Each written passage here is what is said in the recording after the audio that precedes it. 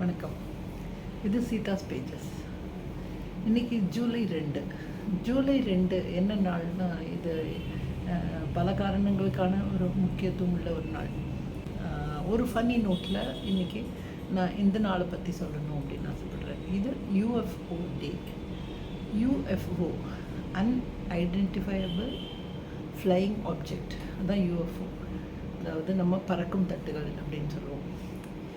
அடையாளம் தெரியாமல் பறக்கும் தட்டுகள், இதுதான் UFO டே அப்படின்னு சொல்கிறாங்க. UFO டே அப்படின்னு சொன்னால் கூட இதுக்கு ரெண்டு விஷயங்கள் இருக்குது. இதில் அன்ஐடென்டிஃபையபிள் ஃப்ளையிங் ஆப்ஜெக்ட்ஸ் கூடவே ஏலியன்ஸ் பற்றியான ஆராய்ச்சிகள், அதாவது வேற்று கிரகவாசிகள் பற்றிய ஆராய்ச்சிகள், இது ரெண்டுத்துக்கான நாள் தான் இது.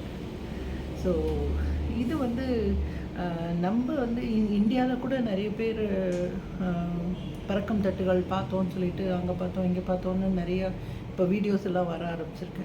அதில் நிறைய ஃபேக் இருக்குது, எது நிஜம்னே நமக்கு தெரியாத அளவுக்கு ஆல் ஓவர் வேர்ல்டு நிறைய வந்துகிட்டே இருக்குது. ஸோ இது இப்படியே இருக்கட்டும்.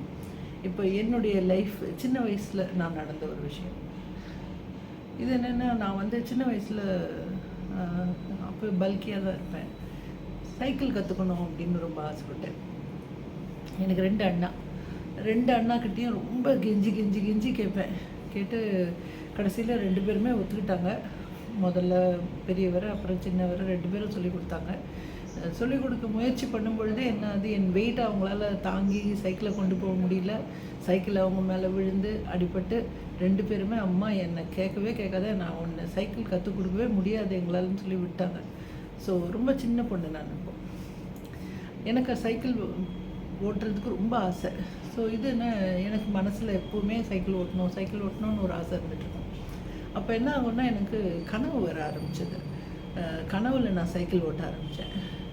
அவங்க என்னெல்லாம் சொல்லி கொடுத்தாங்களோ அதெல்லாம் எனக்கு வரும். முதல் நாள் கனவு வரும்பொழுது என்ன ஆகுதுன்னா, ஒரு ஈவினிங் என்னை யாரோ துரத்திட்டு வராங்க. தப்பிச்சிட்டு ஓடிக்கிட்டே இருக்கேன் நான். இது ஓடவே முடியல என்னால். என்னடா பண்ணுறதுன்னு பார்க்கும்போது ஓரத்தில் சைக்கிள் நின்றுட்டுருக்கு. சைக்கிள்னால் சின்ன குழந்தைங்க ஓட்டுற 3 சக்கர சைக்கிள்லாம் இல்லை. அப்போல்லாம் பெரிய சைக்கிள் தான் கற்றுக்கணுமே. ஸோ அந்த மாதிரி ஒரு பெரிய சைக்கிள் இருக்காங்க. நான் உடனே அதில் ஏறிக்கிட்டு எனக்கு அண்ணா சொன்னதெல்லாம் ஞாபகம் வச்சுக்கிட்டு ஸ்ட்ரெயிட்டாக உட்காந்துக்கிட்டு ஹேண்டில் கரெக்டாக பிடிச்சிக்கிட்டு நல்லா அப்படியே சைக்கிளை மிதிக்கிறேன். ஃபாஸ்ட்டாக போகிறேன். அப்போவும் துரத்துறாங்க. அப்போ என்ன ஆகுதுன்னா, கொஞ்ச நேரத்தில் அப்படியே சைக்கிள் வேகமாக நான் மெரிக்க ஆரம்பித்தோன்னா பறக்க ஆரம்பிச்சிடுது. அப்படியே பறந்து போயிட்டே இருக்கேன். வானத்தில் ஒரே இருட்டு, அப்படியே போயிட்டே இருக்கேன். அப்போ இப்போ இந்த ராக்கெட்லாம் வெடித்து ஒரு பூக்களாக வரும் இல்லையா, அந்த மாதிரி வெடித்து பூக்களாக ஏதோ அப்படியே ஒரு பரவுதுங்க. என்னடா லைட் அப்படின்னு திரும்பி பார்க்குறேன்னு பார்த்தா அங்கே வெல்கம் அப்படின்னு ஒரு போர்டு வருது. அப்புறம் போர்டு இல்லை, லைட்ஸ், வெல்கம் அப்படின்னு லைட்லேயே தெரியுது எனக்கு வானத்தில். சரி, அதையும் தாண்டி போயிட்டே இருக்கேன். இன்னொரு இடத்துல ஹாப்பி பர்த்டே அப்படின்னு ஃபுல்லாக கலர்ஃபுல் லைட்ஸ் அப்படியே வருது. இது பார்த்துட்டு அதோடு எழுந்துட்டேன். நான் தூக்கம் கலைஞ்சு போயிடுச்சேன். இந்த கனவு எனக்கு ரொம்ப நாட்கள் வரைக்கும் வந்துட்டே இருக்கும். எப்போவுமே இதே சேம் கனவு. இதே மாதிரி ஓடி வருவேன், இதே மாதிரி சைக்கிளில் ஏறுவேன், இதே மாதிரி வேகமாக போவேன், வானத்தில் பறப்பேன், இந்த லைட்ஸை பார்ப்பேன். இதே வந்துகிட்டே இருந்தது எனக்கு. ஸோ இது இப்போது பார்த்திங்கன்னா எல்லாம் சொல்கிறாங்க அந்த மாதிரி லைட்ஸ் எல்லாம் இப்போ பண்ண முடியுது அப்படின்றாங்க. இது எனக்கு தெரியாது. எனக்கு அந்த காலகட்டத்தில் இது சைக்கிள் தான் என்னுடைய ஒரு ஆர்வமாக இருந்த பொழுது எனக்கு இந்த மாதிரி ஒரு கனவு வந்தது. ஸோ இது தெரியல, இது மாதிரி நம்ம நினைக்கிறது சில சமயங்களில் உண்மை ஆகுது அப்படின்றது இருக்குது. ஸோ இதே மாதிரி ரீசெண்ட்டுன்னா ஒரு 8-9 இயர்ஸ் பேக் நான் ராத்திரி ஒரு 2-2:30 மணிக்கு எனக்கு தூக்கம் கலைஞ்சிட்டு போய் ஜன்னல் வழியாக சும்மா பார்க்குறேன். பார்த்தா ஒரு ஸ்கொயர் ஷேப்டு ஒரு லைட்டு எரிஞ்சிட்டே இருக்குது. அப்படியே மூவ் ஆகிட்டே இருக்குது. அதை பார்த்த உடனே எனக்கு இது UFO தான் அப்படின்னு ஒரு நினைப்பு வந்தது. அப்போ இது ஃபோட்டோ எடுத்துடணும் நம்ம அப்படின்னு சொல்லிட்டு ஃபோட்டோ எடுத்தேன். பட் எனக்கு ரொம்ப அந்த ராத்திரியில் தூக்க கலக்கத்தில் ரொம்ப ஸ்ட்ரைக் ஆகலை. ஃபோட்டோ எடுக்கணுன்றது தான் ஸ்ட்ரைக் ஆச்சு. பட் நான் பால்கனிக்கு போயோ டெரஸ்க்கு போயோ ஒரு வீடியோவாக எடுத்திருந்தா அது ரொம்ப எஃபெக்டிவாக இருந்திருக்கும் அப்படின்னு அப்புறமா என் டாக்டர்ஸ் எல்லாம் சொன்னாங்க. பட் நான் அது ஃபோட்டோ தான் எடுத்தேன். அது வந்து தூரத்தில் இருந்ததுனால ஒன்றும் தெரில. ஒரு ஸ்கொயரில் ஒரு லைட் தெரியுது, அவ்வளோதான் தெரியுது. பட் அது நான் நல்லா பார்த்தேன், நல்லா போடுறத பார்த்தேன். அது இன்றைக்கி வந்து வேறு எதாவது நான் சொல்லலாம். பட் நான் பார்த்தது ஒரு 9 வருஷங்களுக்கு முன்னாடி பார்த்தேன். அது ஒன்று பறந்து போனதை நான் பார்த்தேன். அது என்னதுன்னு இன்னி வரைக்கும் எனக்கும் தெரியாது. அது ரேடார்லலாம் யாருக்கு கண்டுபிடிச்சாங்களா என்ன எதுவுமே எனக்கு தெரியாது. ஆனால் அதுவும் ஒரு ஜூன் ஜூலை மாதத்துல தான் நான் பார்த்தேன் அதை. ஸோ அது ஒரு நிகழ்ச்சி. அது வந்து அப்போது டாக்டர் சொன்னாங்க, இனிமேல் நீ பார்த்தேன்னா வீடியோவாக எடு, அப்போ தான் உனக்கு எஃபெக்ட் இருக்கும் அப்படின்னு சொன்னாங்க. ஸோ அதை நான் எடுத்தும் அது பிரயோஜனப்படாமல் போயிடுச்சு. அது ஒன்று.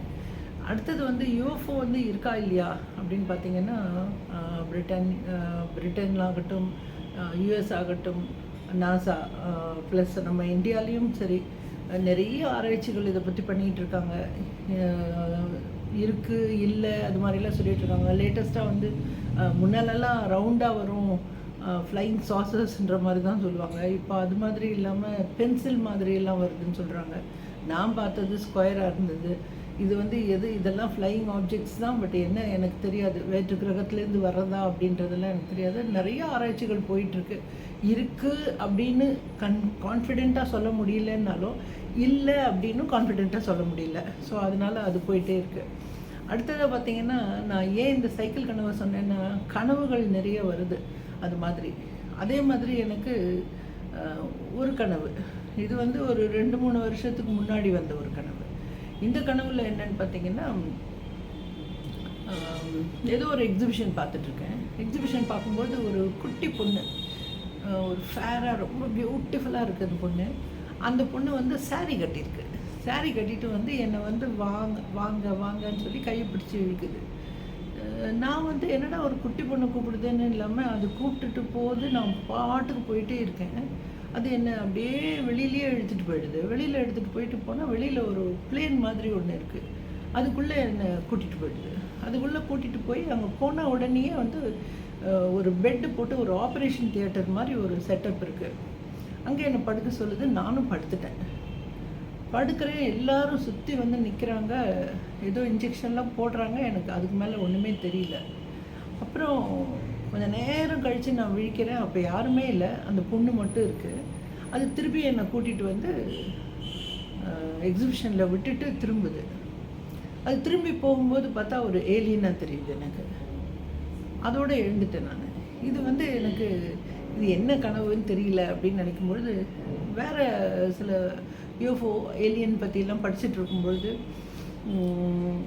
ஏலியன்ஸ் வந்து சில பர்டிகுலர் ஆட்களில் தான் திரும்பி திரும்பி வந்து பார்ப்பாங்க அப்படின்னு எல்லாம் படித்தேன் நான். கனவு மாதிரி இருக்கும், ஆனால் நிஜமாகவே வந்துட்டு போனாங்க அப்படின்லாம் சொல்லுவாங்க.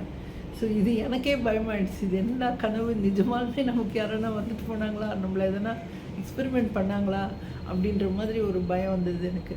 ஸோ இது வந்து இது ஒரு ஃபன்னி இன்சிடெண்ட்டாக என் பேத்திங்களுக்கு சொல்லிகிட்டே இருப்பேன். அவங்க திருப்பி திருப்பி என்னை கேட்பாங்க, ஐயோ நீ ஏலியன் பார்த்தல, அதை சொல்லுன்னு கேட்பாங்க. நான் சொல்லுவேன் இந்த கதையை.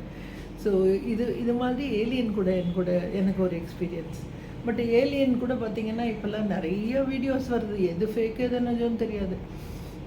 அது மாதிரி வந்துட்டுருக்கு. பட்டு என்னை பொறுத்த வரையிலும் நான் நம்புகிறேன்.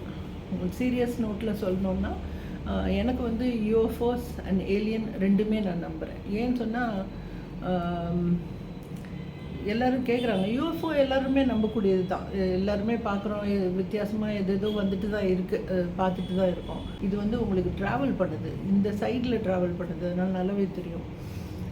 ஸோ நான் நம்புகிறேன் யூஎஃப்ஓஸ் ஏலியன்ஸ் இருக்காங்க அப்படின்னு நம்புகிறேன். இப்போ எல்லாருமே ஒரு ரிசர்ச் மாதிரி சொல்கிறாங்க. இது என்னுடைய பட்டறிவுக்கு நான் சொல்கிறேன்.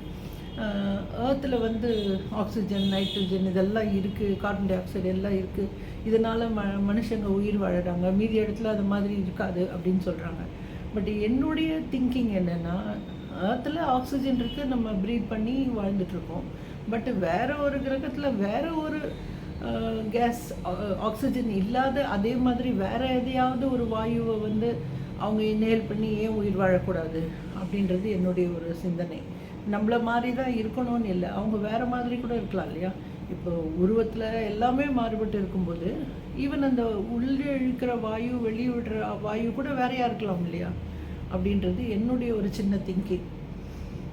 ஸோ எது எப்படியோ இன்றைக்கி யூஎஃப்ஓ டே. ஸோ நான் யூஎஃப்ஓவை நம்புகிறேன், ஏலியனும் நம்புகிறேன். உங்களுக்கு எதனா நம்பிக்கை இருந்து நீங்கள் அந்த மாதிரி ஏதாவது பார்த்துருந்தீங்க, எக்ஸ்பீரியன்ஸ் பண்ணியிருந்தீங்கன்னா கமெண்ட்டில் எழுதுங்க. நன்றி, மீண்டும் சந்திக்கிறேன்.